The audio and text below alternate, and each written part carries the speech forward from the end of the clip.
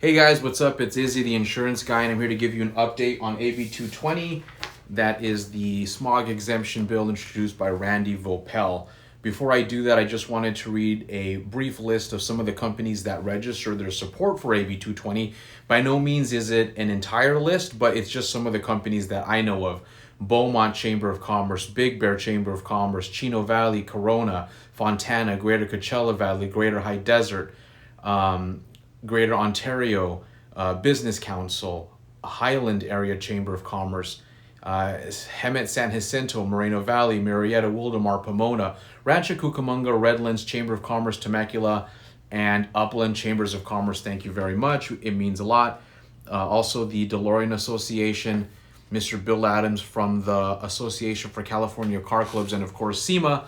Thank you very much for your support. Now, with all those companies and organizations supporting us, you would think that we did pretty good during the hearing, but that's not the case. Realistically, I think that we did really bad. We almost lost, but by a miracle, there was some wording that was confusing on the bill and it has to be amended, so it was tabled. But nonetheless, we're still alive. So I think it's important to discuss what we're up against.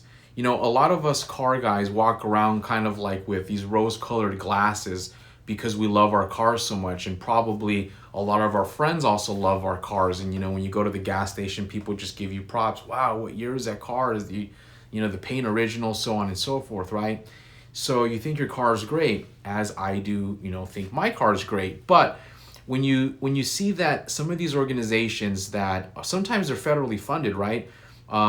They oppose the bill, then you get to see how those companies which help write the laws and influence our politicians, they think very little of our cars. And most of the time, if they could have their way, they would actually make it even more difficult to have your car pass smog and make the guidelines more strict, believe it or not. So I have a audio recording from the hearing, and that way you can listen to what one of the organizations is saying about our cars. And if you didn't realize it, they're painting us to look like we're terrible. So let me just go ahead and play it, and then you might have to turn up the volume since I'm just playing it on the TV, but here it goes. Air Resources Board data shows that NOx emissions for a 1982 passenger car, which would be newly exempt under the bill, is approximately 84 times the running exhaust rate of a 2017 model year passenger car. And without smog check, that number goes up to 121 times. So it was mentioned that hobbyists maintain their vehicles or that actually there were mileage limitations of maybe a few thousand miles a year. But at 3,000 miles a year, at 84 times more NOx emissions, that's the equivalent of a 2017 passenger car driving 252,000 miles a year. And at 121 times, it's 363,000 miles.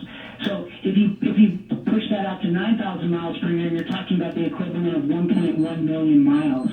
So thinking about this another way, from a NOx emission standpoint, passing this bill would result in adding over 3 million 2017 cars to the road.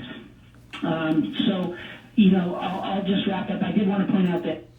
And there you go. I know you didn't realize how bad your car was, but based off of the calculations of this gentleman, our cars are terrible for the environment.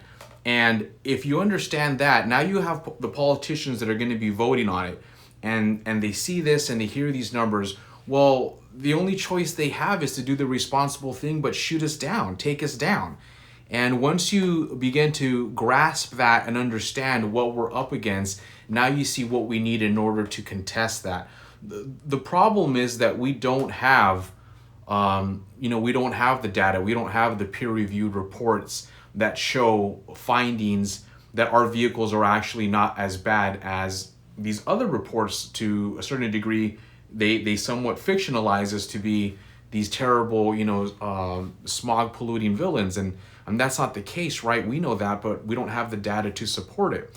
But what we do have is a list of the assembly members that are going to be voting on this bill next month. So we survived the last hearing by default because they tabled it. But if we go into it with the same amount of support, then we're probably going to lose. So we have to kind of take an old-fashioned response, and we just have to contact the assembly members that are going to vote and ask them if they could vote yes. I'm going to provide the list. If you happen to find the assembly member that's in your area and they're part of the California Transportation Committee, it is imperative for this bill if you contact them and ask them to vote yes on the bill. So that's pretty much our only chance that we have at passing this. I don't really have anything else to say except thank you guys very much for watching the video. If you know of somebody that is interested, please forward it to them, post it, tag us, share it.